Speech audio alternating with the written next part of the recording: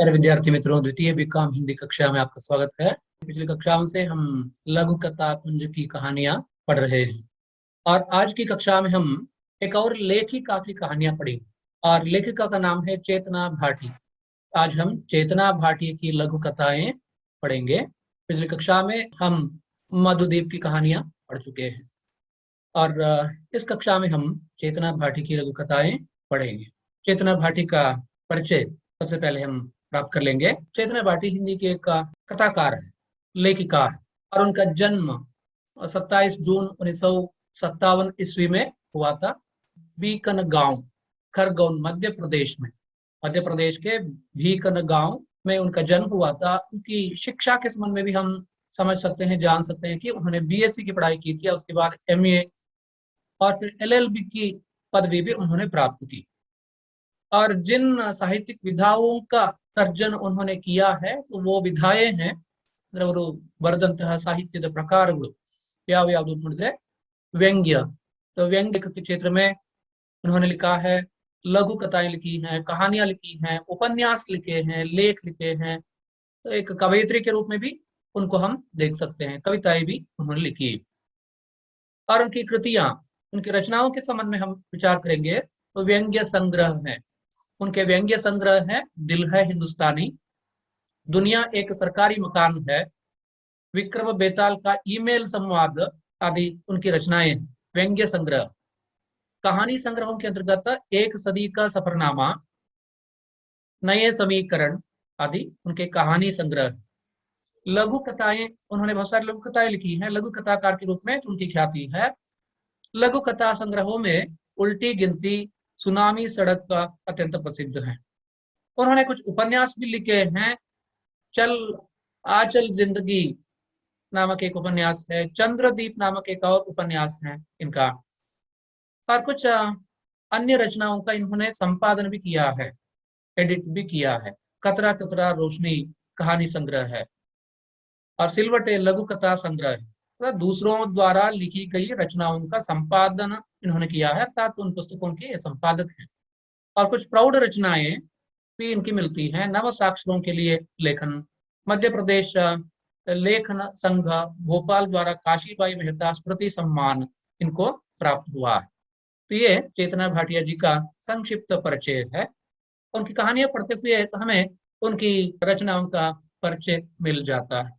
उनकी एक कहानी आपके पाठ्यक्रम में रखी गई है, इसका शीर्षक है राक्षस, और दूसरी कहानी है सुनामी सड़क, और तीसरी कहानी है ऊंची जात। ये तीन कहानियां आपके पाठ्यक्रम में रखी गई है।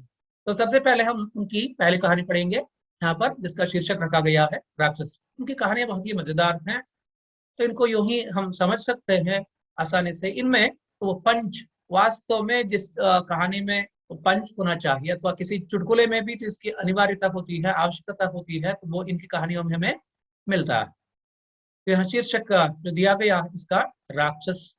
कहानी हम पढ़ेंगे, यूं ही आप इसे समझ पाएंगे तो बहुत आसान है। दादी माँ कहानी सुना रही थी। ऋषि विश्वामित्र राजा दशरथ के पास आए और राजकुमारों को उनकी सहायतार्थ भेजने का अनुग्रह करते हुए अपनी व्यथा बताने लगे। राक्षस उत्पात मचाकर आते हैं, हमारी साधना और शांति भंग करते हैं, हवन कुंड में नरमुंड डालकर पवित्र वातावरण को दूषित करते हैं। यहाँ कहानी का चौखटा परिवेश हम देख सकते हैं कि एक दादी माँ अपने पोते को कहानी सुना रही थी, और वो कहानी रामायण की कहानी। ऋषि विश्वामित्र राजा दशरथ के पास आए और राजकुमारों को उनकी सहायता भेजने का अनुग्रह करते हुए अपनी व्यथा बताने लगे। ರಾಮಾಯಣದಲ್ಲಿ ಬರುವಂತಹ ಒಂದು ಕಥೆಯನ್ನ, घटನೆಯನ್ನ अज्जी तन्न मगन के चिंटू नामक एक छोटा सा बच्चा है जो उसका पोता है, पोते से तो वह रामायण की कहानी सुना रही है। ऋषि विश्वामित्र, महर्षि विश्वामित्र बड़े तपस्वी थे, और रामायण में हम जानते हैं कि तो जबकि वो तपस्या कर रहे थे और उस वक्त उनकी तपस्या में, उनके यज्ञों में राक्षस बाधा डालते थे, और इसलिए तंग आकर वे दशरथ के पास आए और उनसे प्रार्थना करने लगे कि मैं आपके इन दो बेटों को, राम और लक्ष्मण को, अपने साथ ले जाऊंगा अपने यज्ञ की रक्षा के लिए। ನನ್ನ ಯಜ್ಞವನ್ನ ರಾಕ್ಷಸರು ಹಾಳು ಮಾಡ್ತಾ ಇದ್ದಾರೆ, ಹಾಗಾಗಿ ಅವರನ್ನು ನಿಗ್ರಹಿಸಲಿಕ್ಕೆ, ಅವರನ್ನು ಸಂಹರಿಸಲಿಕ್ಕೆ ನೀನು ನಿನ್ನ ಇಬ್ಬರು ಮಕ್ಕಳನ್ನು ನನ್ನ ಜೊತೆಗೆ ಕಳಿಸ್ಕೊಡ್ಬೇಕು ಅಂತ ಹೇಳಿ ವಿಶ್ವಾಮಿತ್ರರು ಒಂದು ತರದಲ್ಲಿ ಆದೇಶವನ್ನೇ ಕೊಡ್ತಾರೆ दशरथನಿಗೆ। दशरथ सिक्कापट्टे गाबरीಗೊಳ್ತಾನೆ। दशरथ घबरा गया, इसलिए कि तो वो तो सोचता था कि राम अभी छोटा बालक है और वो राक्षसों का दमन कैसे करेगा, राक्षसों का वध कैसे करेगा, ये तो उससे हो नहीं पाएगा। राम के प्रति दशरथ के मन में इतना प्रेम कि वो उसकी बहुत चिंता करते थे। दशरथ अपने बेटों की, खासकर राम की बहुत चिंता करते थे। राम के संबंध में उनके मन में अपार प्रेम था और विश्वामित्र से वो गिड़गिड़ाने लगे। दशरथ गिड़गिड़ाने लगे कि इन बच्चों को छोड़ दीजिए, ये तो राजकुमार हैं, बहुत ही सुकुमार हैं, ये राक्षसों का वध कैसे करेंगे। अगर आपके यज्ञ में राक्षसों की बाधा पड़ रही है तो मैं ही आपके साथ आ जाऊंगा, उन राक्षसों का वध करूंगा, बच्चों को छोड़ दीजिए। लेकिन विश्वामित्र ने हट पकड़ लिया, आग्रह किया और उन्होंने अपना गुस्सा भी दिखाया दशरथ पर कि अगर तुमने वादा किया है तो उसे निभाना है, अथवा नहीं तो मैं यहाँ से चला जाऊंगा। तुम्हारी सहायता मेरे लिए अनिवार्य नहीं, मैं सब कुछ जानता हूँ। मैं इसलिए तुम्हारे पास आया कि तुम्हारे पुत्र सक्षम हैं, योग्य हैं, धनुर्धर हैं, वीर हैं, राजकुमार हैं और उनसे तो मुझे सहायता चाहिए। अगर तुम सचमुच मेरा उपकार करना चाहते हो तो अपने बेटों को मेरे साथ कर दो। दशरथ बहुत ही घबरा उठते हैं और उस वक्त हाँ वशिष्ठ महर्षि जो कुल गुरु थे दशरथ के, और वे दशरथ को समझाते हैं, ऋषि विश्वामित्र को सामान्य मत समझिए महाराज, ये तो असाधारण है, तो इनके पास अपार शक्तियां हैं, ये खुद तो राक्षसों का वध कर सकते हैं, लेकिन यज्ञ का कार्य करते वक्त, यज्ञ की दीक्षा जबकि इन्होंने ली है और उस वक्त ये राक्षसों का वध नहीं कर पाएंगे, तो इसलिए तो ये हम क्षत्रियों का सहारा चाहते हैं। तो आप निश्चिंत होकर अपने बेटों को इनके साथ भेज दिए, तो उनका जिम्मा ये बखूबी निभाएंगे, उठाएंगे। महर्षि ವಸಿಷ್ಠರು ರಾಮನ ಅಥವಾ ರಾಮನ ವಂಶದ ಅಥವಾ ಇಕ್ಷ್ವಾಕು ವಂಶದ ಕುಲಗುರುಗಳು ದಶರಥನಿಗೆ ಸಮಾಧಾನ ಮಾಡ್ತಾರೆ, ನೀನೇನು ಹೆದರ್ಕೊಳ್ಬೇಡ, ರಾಮ ಲಕ್ಷ್ಮಣರನ್ನ ಮಹರ್ಷಿ ವಿಶ್ವಾಮಿತ್ರರ ಜೊತೆಗೆ ಕಳಿಸ್ಕೊಡು ಅಂತ ಹೇಳಿ. ಆದ್ರೆ ದಶರಥನಿಗೆ ಆತಂಕ, ತನ್ನ ಮಕ್ಕಳು ಇನ್ನು ಸಣ್ಣವರು, ಅವರಿಗೆ ಏನು ಗೊತ್ತಿಲ್ಲ, ಯುದ್ಧ ಗೊತ್ತಿಲ್ಲ, ಈಗ ಇದ್ದಕ್ಕಿದ್ದ ಹಾಗೆ ರಾಕ್ಷಸರ ಜೊತೆಗೆ ಹೋರಾಡಬೇಕಾಗ್ತದೆ ಅಂತ ಹೇಳಿದಾಗ ಅವ್ರು ತುಂಬಾ ಆತಂಕಕ್ಕೆ ಒಳಗಾಗ್ತಾನೆ ದಶರಥ, राजा दशरथ। तो ऋषि विश्वामित्र राजा दशरथ के पास आए और राजकुमारों को उनकी सहायता के लिए भेजने का अनुग्रह करते हुए अपनी व्यथा बताने लगे। राक्षस उत्पात मचाते रहते हैं, हमारी साधना और शांति भंग करते हैं, हवन कुंड में नरमुंड डालकर पवित्र वातावरण को दूषित करते हैं।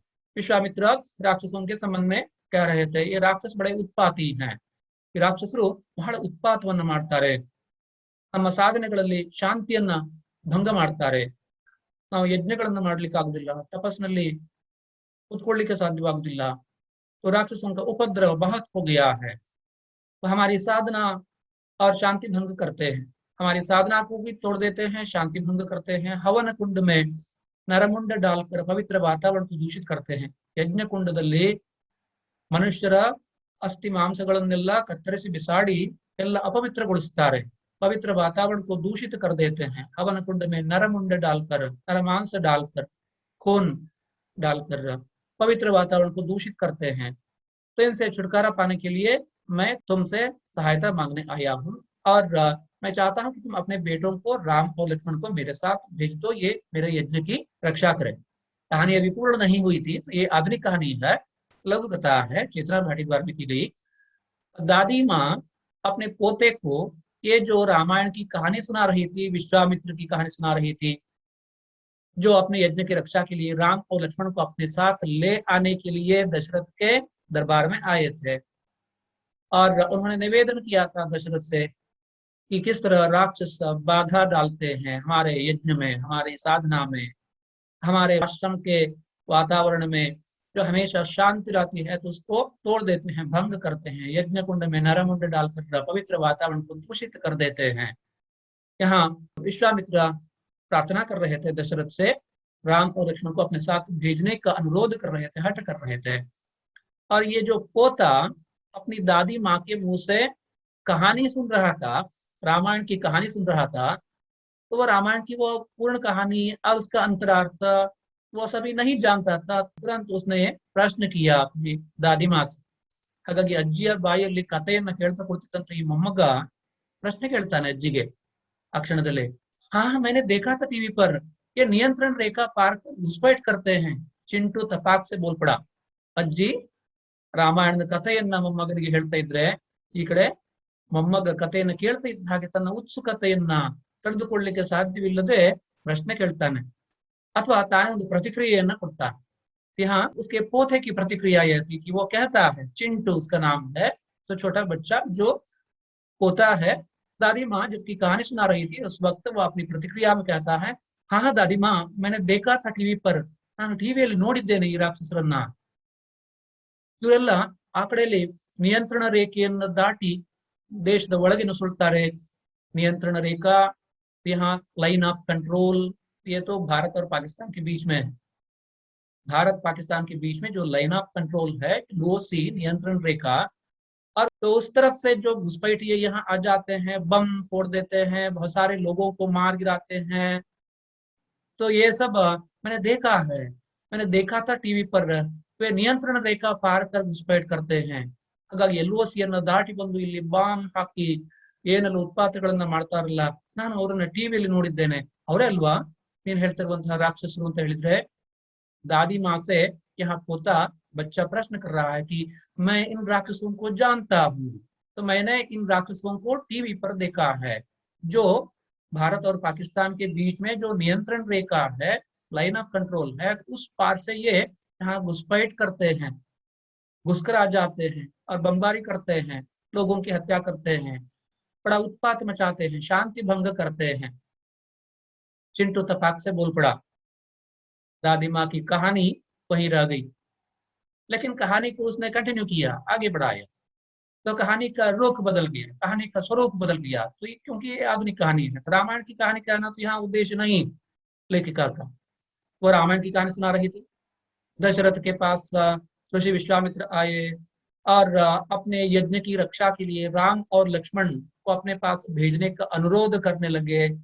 राक्षसों के उत्पात के संबंध में कहने लगे कि ये राक्षस बड़ा उत्पात मचाते रहते हैं, हमारी साधना तोड़ देते हैं, शांति भंग करते हैं, हवन कुंड में नरमुंड डालकर पवित्र वातावरण को दूषित करते हैं आदि शिकायत कर रहे थे।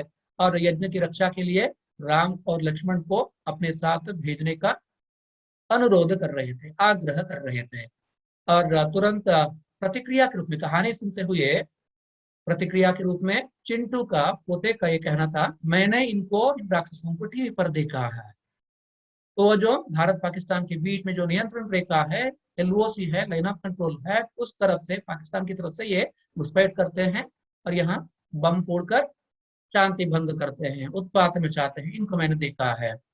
तुरंत दादी माँ कहानी को इस तरह से आगे बढ़ाती है, ये कहानी के लिए नया टर्निंग, कहानी का नया रुख है। और हमारे राजकुमार भी तो किस बहादुरी से डटे हुए हैं मोर्चे पर, उन्हें खदेड़ने में अपनी जान की परवाह किए बगैर दादी माँ ने गहरी सांस ली। दादी माँ ने कहानी को एक नया मोड़ दिया और बच्चे की ये बात तो उनको लग गई, उनके हृदय को छू गई। उनको लगा कि राक्षस आज भी जीवित हैं और राम अथवा लक्ष्मण आज एक नहीं है, दो नहीं है, तो वो तो सैकड़ों की संख्या में हमारी फौज में काम कर रहे हैं। हमारे वीर योद्धा, भारतीय सेना के वीर योद्धा जो घुसपैठियों को मार गिराते हैं, तो उनकी समस्त दुर्योजनाओं को नष्ट कर देते हैं। तो ऐसे हमारे जानबाज सिपाहियों के संबंध में सद्भाव, सम्मान भाव दिखाती हुई दादी माँ कहानी को एक नया मोड़ देती है, नया टर्निंग पॉइंट देती है। कहती है, और हमारे राजकुमार, यहाँ हमारे राजकुमार राम और लक्ष्मण नहीं, अथवा राम लक्ष्मण सरीके, ರಾಮ ಲಕ್ಷ್ಮಣರಾಗಿಯೇ ಅತ್ಯಂತ ವೀರರಾದಂತಹ, ಪರಾಕ್ರಮಿಗಳಾದಂತಹ, ದೇಶಭಕ್ತರಾದಂತಹ ನಮ್ಮ ವೀರ ಯೋಧರು, ಭಾರತೀಯ ಸೈನ್ಯದಲ್ಲಿ ಕೆಲಸ ಮಾಡುವಂತಹ ವೀರ ಯೋಧರು ರಾಜಕುಮಾರರ ಹಾಗೆ ಇವರು ನಮ್ಮ ರಾಜಕುಮಾರರು, ನಿಜವಾಗಿ ಇವರು ನಮ್ಮ ಮಾಡೆಲ್ಗಳು, ಇವರು ನಿಜವಾಗಿ ವೀರರು, ನಾವು ಇವರನ್ನ ನಮ್ಮ ಮಾಡೆಲ್ ಆಗಿ ತಗೊಳ್ಬೇಕು ಅಂತ। ये हमारे राजकुमार है, यही तो राम और लक्ष्मण है हमारे लिए, हमारे इस देश में, इस भारत में, वर्तमान काल में। अब और हमारे राजकुमार भी तो किस बहादुरी से डटे हुए हैं मोर्चे पर।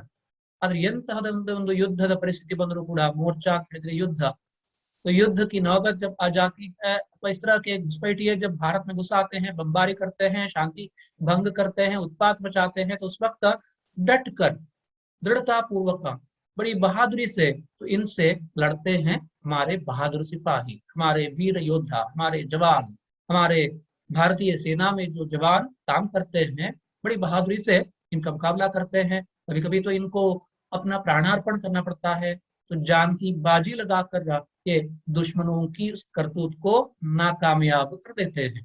ಹಾಗಾಗಿ ಶತ್ರುಗಳ ಈ ಒಂದು ಉಪಟಳವನ್ನು ಉಪದ್ರವವನ್ನು ಬಹಳ ವ್ಯವಸ್ಥಿತವಾಗಿ ಚೆನ್ನಾಗಿ ನಿಭಾಯಿಸುವಂತಹ ಒಂದು ಅದ್ಭುತವಾದಂತಹ ಸಾಹಸವನ್ನು ತೋರಿಸ್ತಾರೆ ನಮ್ಮ ಸೈನಿಕರು। तो भारतीय सेना के जानबाज सिपाहियों के संबंध में सद्भाव जताती हुई दादी माँ कहानी को नए रूप में प्रस्तुत करती है और कहती है तो ये राजकुमार हैं। वास्तव में ये ही तो हमारे लिए राजकुमार है। पुरानी कहानियां अब पुरानी हो चुकी हैं, तो ये नई कहानी है, वर्तमान कहानी है। वर्तमान कहानी में वीर कौन है, बहादुर कौन है? हमारे जानबाज सिपाही जो हमारी सेना में काम करते हैं। और हमारे राजकुमार भी तो किस बहादुरी से डटे हुए हैं मोर्चे पर। मोर्चा का मतलब है युद्ध भूमि अथवा युद्ध।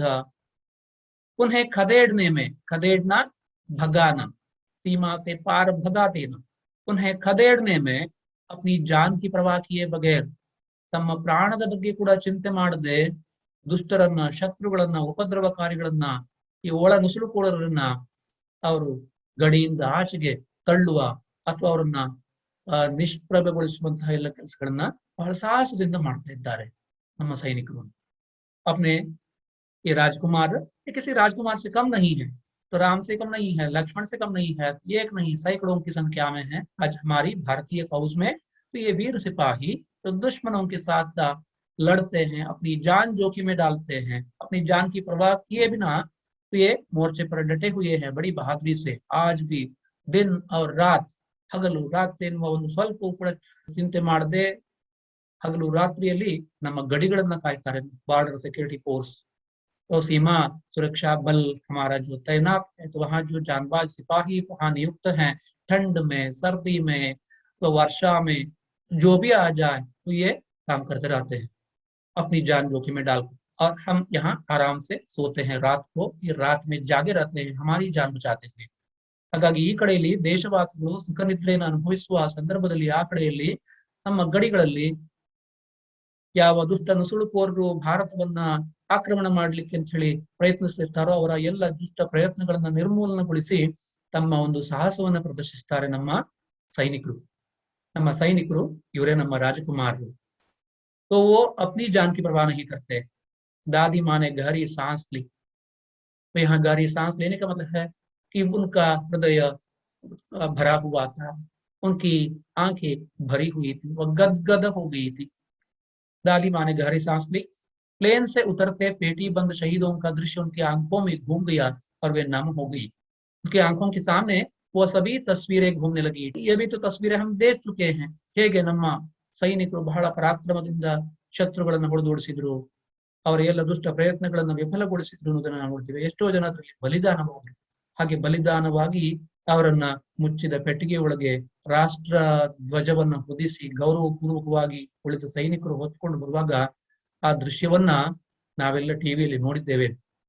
प्लेन से उतरते हुए अपने गांव, जबकि मृतक होकर वो लौट रहा है कोई सिपाही जानबाज, तो वो हमारे यहाँ अपने ही कूर्ग का है कभी, और कभी बीजापुर का है, और कभी मंगलूर का है, कभी पुत्तूर का है। अलग अलग राज्यों से तो हमारे सिपाही हमारी फौज में जो भर्ती हो चुके हैं और बॉर्डर सिक्योरिटी फोर्स में काम कर रहे हैं, तो घुसपैठियों के साथ बड़ी बहादुरी से लड़ रहे हैं अपनी जान की परवाह किए बिना, जान जोखिम में डाल कर रहा। तो कभी कभी तो इनको अपना बलिदान देना पड़ता है। हम अपने इन वीर सपूतों को खो बैठते हैं और उनकी लाश पेटी में बंद होकर राष्ट्र ध्वज से आवृत होकर अपने गांव में अपनी धरती पर आ जाती है, तो उनका स्वागत सत्कार किया जाता है और उनके प्रति बड़ा सम्मान भाव दिखाया जाता है, आंसू बहाए जाते हैं, श्रद्धांजलि समर्पित की जाती है। तो ये ही तो हमारे हीरो है। ಹಾಗಾಗಿ ನಮ್ಮ ನಾಯಕರು ಯಾರು, ನಮ್ಮ ಮಾಡೆಲ್ಗಳು ಯಾರು ಅಂತ ಹೇಳಿದ್ರೆ ನಮಗೋಸ್ಕರ ದೇಶವಾಸಿಗಳಿಗೋಸ್ಕರ ತಮ್ಮ ಪ್ರಾಣದ ಬಗ್ಗೆ ಚಿಂತೆ ಮಾಡದೆ ಗಡಿಗಳಲ್ಲಿ ಶತ್ರುಗಳ ಜೊತೆಗೆ ನಿರಂತರವಾಗಿ ಹೋರಾಟವನ್ನು ಮಾಡ್ತಾ ಇರುವಂತಹ ನಮ್ಮ ಸೈನಿಕರು, ಆ ಸೈನಿಕರ ಬಗೆಗಿನ ಶ್ರದ್ಧೆ ಕಣ್ಣಲ್ಲಿ ನೀರಾಗಿ ತುಂಬಿಕೊಂಡಿದೆ अज्जी कಣ್ಣುಗಳಲ್ಲಿ। तो दादी की आंखें भर आई, उनके संबंध में सोच कर रहा, उन तस्वीरों की याद कर जो तस्वीरें टीवी में दिखाई गई थी। दादी माँ ने गहरी सांस ली, उसका कंठ अवरुद्ध हो गया, गला भर आया। प्लेन से उतरते हुए पेटी बंद, शव पेटी में बंद शहीद जो बलिदानी हो गए, उन बलिदानियों का दृश्य उनकी आंखों के सामने घूम गया और वे नम हो गई, आर्द्र हो गई, उनकी आंखों में आंसू भर आए। अज्जिया कಣ್ಣುಗಳು ತುಂಬಿಕೊಂಡು कಣ್ಣीरनिंदा। तो वो रामायण की कहानी सुना रही थी अपने पोते को। अचानक उसे लगा कि रामायण की कहानी पुरानी हो चुकी है, अब एक नई रामायण चल रही है।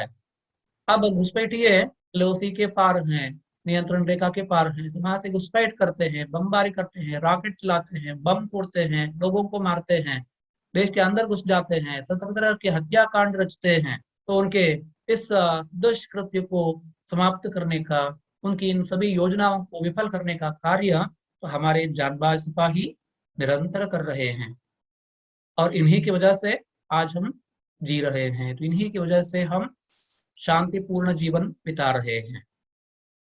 तो कहानी का शीर्षक यहाँ दिया गया है राक्षस। राक्षस केवल रामायण समय में, तो रामायण काल में ही तो नहीं थे, तो आज भी ये देखे जाते हैं। ಹಾಗಾಗಿ ರಾಕ್ಷಸರು ರಾಮಾಯಣ ಕಾಲದಲ್ಲಿ ಇದ್ರು, ವಿಶ್ವಾಮಿತ್ರರ ಯಜ್ಞವನ್ನ ಭಂಗಗೊಳಿಸುವಂತಹ ರಾಕ್ಷಸರಿದ್ರು, ರಾಮ ಲಕ್ಷ್ಮಣರನ್ನ ಕರೆದುಕೊಂಡು ಹೋಗಿ ಅವರನ್ನ ವಧಿಸಿ ಅವರ ಮೂಲಕ ತನ್ನ ಯಜ್ಞದ ರಕ್ಷಣೆಯನ್ನು ಮಾಡಿಸಿಕೊಂಡಂತಹ ವಿಶ್ವಾಮಿತ್ರರು, ಮಹರ್ಷಿ ವಿಶ್ವಾಮಿತ್ರರ ಕಥೆಯನ್ನು ನಾವು ಕೇಳಿದ್ದೇವೆ। तो यहाँ दादी अपने पोते को वही कहानी सुना रही थी और अचानक पोता तो वर्तमान में आ जाता है और कहता है कि मैंने इन राक्षसों को देखा है टीवी पर, और ये वे ही राक्षस हैं जो एलओसी पार कर घुसपैठ करते हैं और यहाँ शांति भंग करते हैं, बात मचाते हैं। तो चिंटू जो पोता था, तो वो जबकि ये बात कह देता है कि दादी माँ एकदम उस पुराण कहानी के उस माहौल से बाहर आ जाती है और वर्तमान के उन सभी दृश्यों को याद करती है, जबकि टीवी पर उसने भी देखा है चिंटू के साथ साथ। ಹಾಗಾಗಿ ಚಿಂಟು ನೋಡಿದ ಹಾಗೆ ಅಜ್ಜಿ ಕೂಡ ನೋಡಿದ್ದಾಳೆ ಟಿವಿಯಲ್ಲಿ ನಮ್ಮ ಸೈನಿಕರು ಆ ಎಲ್ಲ उत्पातकों सभी घुसपैठियों को मार गिराते हुए तो हमारे जानबाज सिपाहियों ने किस तरह बलिदान दिया अथवा अपना प्रताप, अपना पराक्रम दिखाया, उन सभी को दादी माँ ने भी टीवी पर देखा था और वह कहानी को एक नया मोड़ देती है, नए स्वरूप में, नए ढंग से कहती है। और हमारे राजकुमार भी तो किस बहादुरी से डटे हुए हैं मोर्चे पर।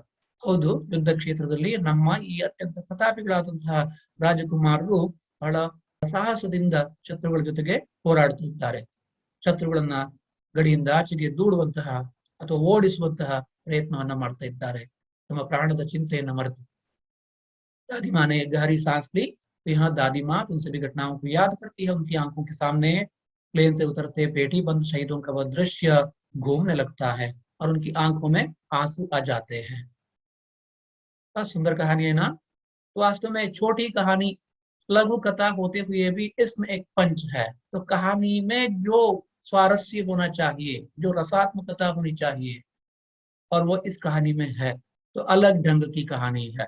चेतना भाटी वास्तव में एक अच्छी कहानीकार है। तो यहाँ तो देशवासियों की रक्षा करते हुए हमारे जानबाज सिपाहियों के प्रति प्रेम पूर्वक श्रद्धा जताई है लेखिका ने।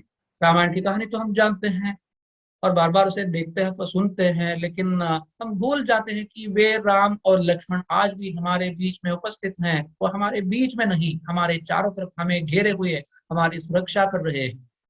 ಹಾಗಾಗಿ ರಾಮ ಲಕ್ಷ್ಮಣರು ಇವತ್ತು ನಮ್ಮನ್ನ ಸುತ್ತುವರೆದು ಶತ್ರುಗಳಿಂದ ನಮ್ಮನ್ನ ರಕ್ಷಿಸ್ತಾ ಇದ್ದಾರೆ। ರಾಮ ಲಕ್ಷ್ಮಣರಂತಹ ರಾಜಕುಮಾರರು ನಮ್ಮ ವೀರ ಸೈನಿಕರು ಗಡಿಯಲ್ಲಿ ಶತ್ರುಗಳನ್ನ ತಡೆದು ನಿಲ್ಲಿಸಿ ಅವರು ನಮ್ಮಲ್ಲಿ ಉತ್ಪಾತವನ್ನು ಮಾಡದ ಹಾಗೆ ಬಹುಶಃ ತಮ್ಮ ಪ್ರಾಣವನ್ನ ಕೊಟ್ಟಾದ್ರೂ ದೇಶವನ್ನ ರಕ್ಷಿಸ್ತಾ ಇದ್ದಾರೆ, ನಮ್ಮೆಲ್ಲರನ್ನು ರಕ್ಷಿಸ್ತಾ ಇದ್ದಾರೆ। वास्तव में यही तो हमारे राजकुमार हैं, यही तो हमारे हीरो होते हैं। तो सिनेमा के हीरो केवल नकली होते हैं, सिर्फ अभिनय करते हैं। ಹಾಗಾಗಿ ಸಿನಿಮಾಗಳಲ್ಲಿ ಬರುವಂತಹ ನಟ ನಟಿಯರು ಅಭಿನಯ ಮಾತ್ರ ಮಾಡ್ತಾರೆ, ಇದೆಲ್ಲವೂ ಕೂಡ ನಕಲಿ ಆಗಿರ್ತದೆ, ಆರ್ಟಿಫಿಷಿಯಲ್ ಆಗಿರ್ತದೆ। ಆದ್ರೆ ಸೈನಿಕರು ತಮ್ಮ ಪ್ರಾಣಾರ್ಪಣೆ ಮಾಡುವಂತದ್ದಾಗ್ಲಿ ಅವರ ಪರಾಕ್ರಮವಾಗ್ಲಿ ಇದು ಯಾವುದು ನಕಲಿ ಅಲ್ಲ, ಇದೆಲ್ಲವೂ ಅಸಲಿ। ಅಸಲಿ ರಾಜಕುಮಾರರು, ಅಸಲಿ ನಾಯಕರು, ಅಸಲಿ ಹೀರೋಗಳು ಎಲ್ಲಿದ್ದಾರೆ ಅಂತ ಹೇಳಿದ್ರೆ, ಯಾರು ದೇಶ ಸೇವೆಯಲ್ಲಿ ತೊಡಕೊಂಡಿದ್ದಾರೋ, ನಿಜವಾಗಿಯೂ ಕೂಡ ದೇಶಕ್ಕೋಸ್ಕರ ತಮ್ಮ ಪ್ರಾಣವನ್ನು ತ್ಯಜಿಸಲಿಕ್ಕೆ ಅವರು ಸಿದ್ಧರಾಗಿದ್ದಾರೋ ಅವರು ನಮ್ಮ ಹೀರೋಗಳು। और इनका मुकाबला होता है राक्षसों से, दुश्मनों से। तो राक्षस पहले भी तो थे, आज भी हैं। राम और लक्ष्मण पहले थे, आज दो नहीं हजारों की संख्या में हमारे फौज में काम कर रहे हैं। ಹಾಗಾಗಿ ರಾಜಕುಮಾರರಾಗಿದ್ದಂತಹ ರಾಮ ಲಕ್ಷ್ಮಣರು ಈಗ ಇಬ್ಬರೇ ಅಲ್ಲ, ಈಗ ನೂರಾರು ಜನರಾಗಿ, ಸಾವಿರಾರು ಜನರಾಗಿ ನಮ್ಮ ವೀರ ಸೈನಿಕರಾಗಿ ಪರಿವರ್ತಿತರಾಗಿದ್ದಾರೆ, ನಮ್ಮ ದೇಶದ ಗಡಿಗಳನ್ನು ಕಾಕಿದ್ದಾರೆ, ನಮ್ಮೆಲ್ಲರನ್ನು ಕೂಡ ರಕ್ಷಿಸ್ತಾ ಇದ್ದಾರೆ। एक सुंदर कहानी है। प्यारे विद्यार्थी मित्रों, तो ये कहानी आज हम पढ़ चुके हैं। अगली कक्षा में हम दूसरी कहानी पढ़ेंगे। धन्यवाद।